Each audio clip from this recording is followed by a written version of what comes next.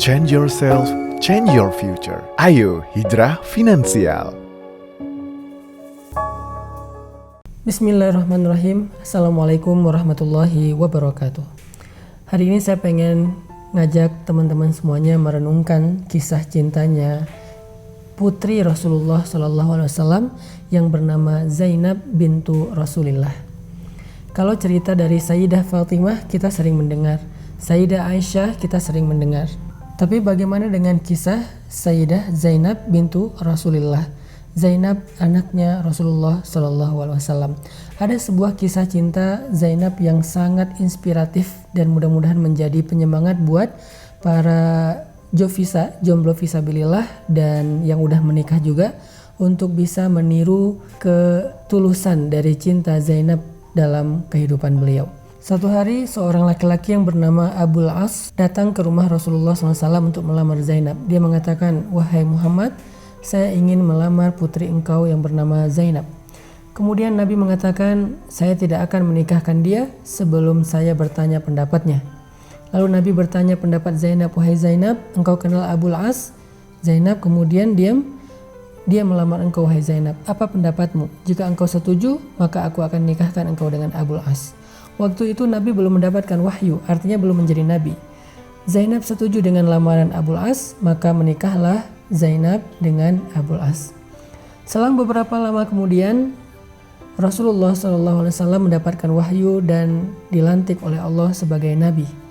Dan sejak Nabi berdakwah tentang Islam kepada keluarganya, Zainab termasuk di antara yang pertama-tama masuk Islam dari kalangan keluarga Nabi.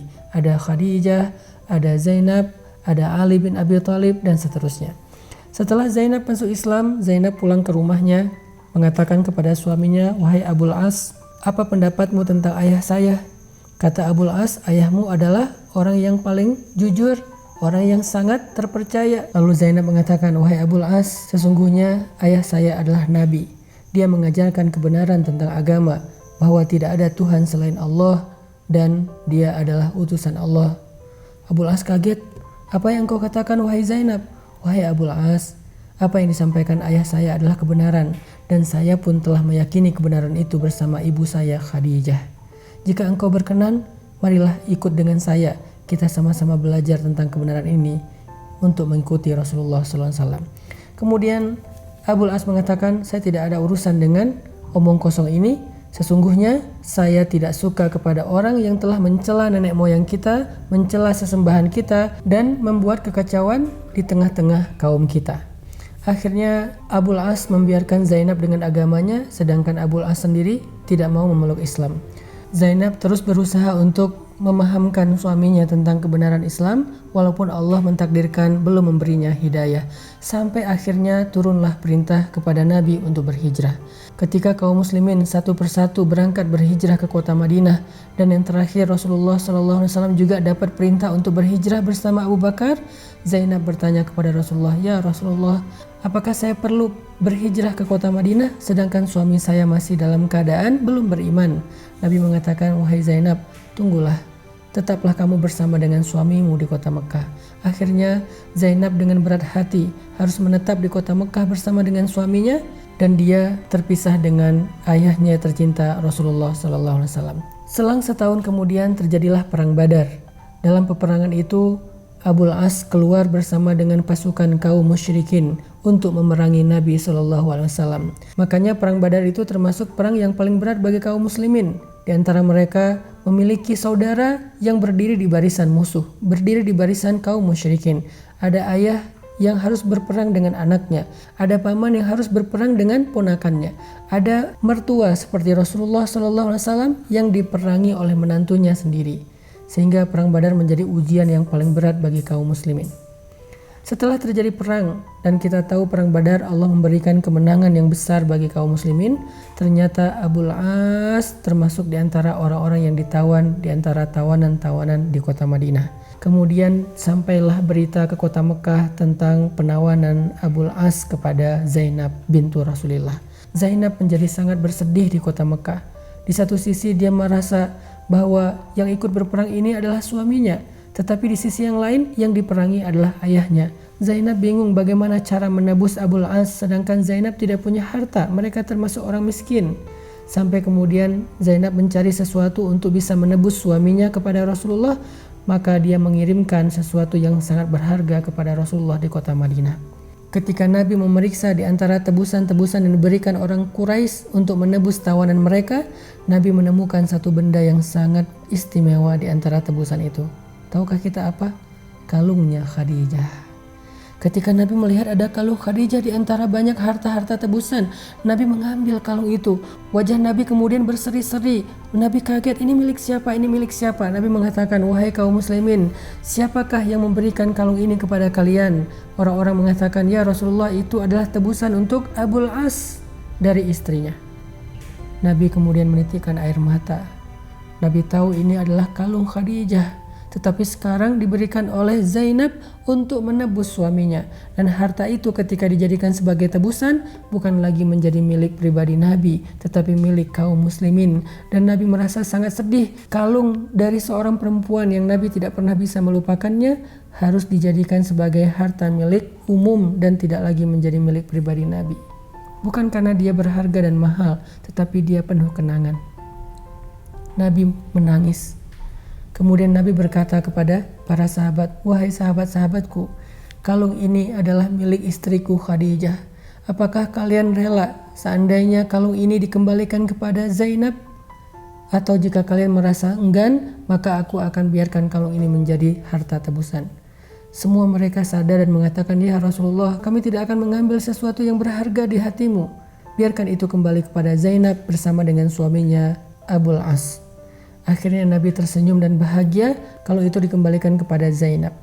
Lalu Nabi mengatakan kepada Zainab dalam pesannya melalui Abul As, wahai putriku Zainab, jangan pernah engkau menggadaikan kalung ini untuk siapapun karena ini adalah milik Khadijah. Ini adalah cinta Nabi kepada Khadijah. Kemudian tidak lama setelah itu turunlah perintah dari Allah Subhanahu wa taala untuk menyuruh Zainab bercerai dengan Abul As. Karena tidak boleh perempuan beriman menikah atau tetap menjadi istri bagi seorang laki-laki yang kafir kepada Allah Subhanahu wa taala.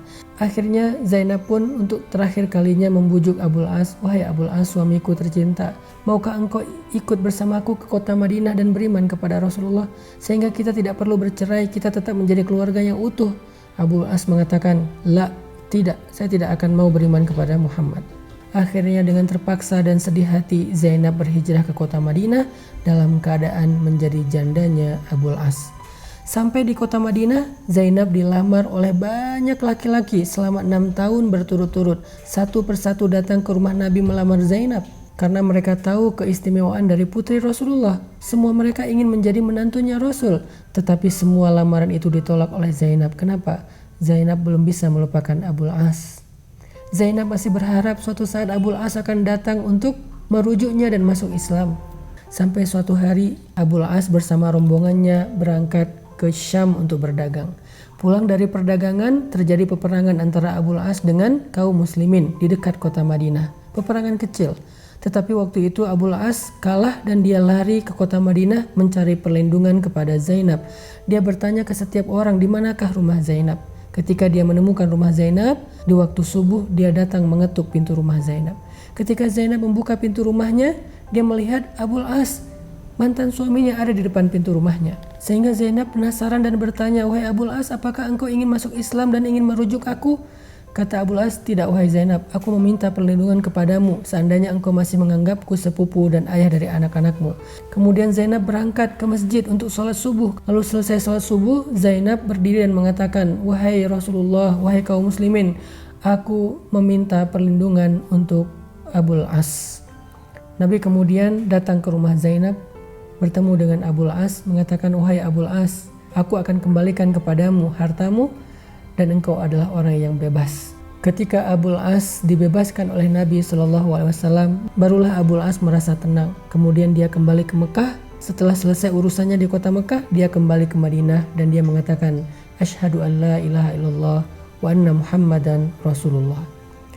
Sejak saat itu Abul As kembali kepada Zainab dan selang setahun kemudian Zainab pun meninggal dunia. Saat Zainab meninggal dunia, Abul As menjadi orang yang paling keras menangisnya. Seperti seorang anak kecil yang ditinggalkan ibunya, menangis sekencang-kencangnya. Abul As mengatakan, "Ya Rasulullah, tidak ada gunanya dunia ini tanpa Zainab." Selang setahun kemudian setelah Zainab wafat, Abul As juga wafat dalam keadaan menunggu hari pertemuan dengan Zainab.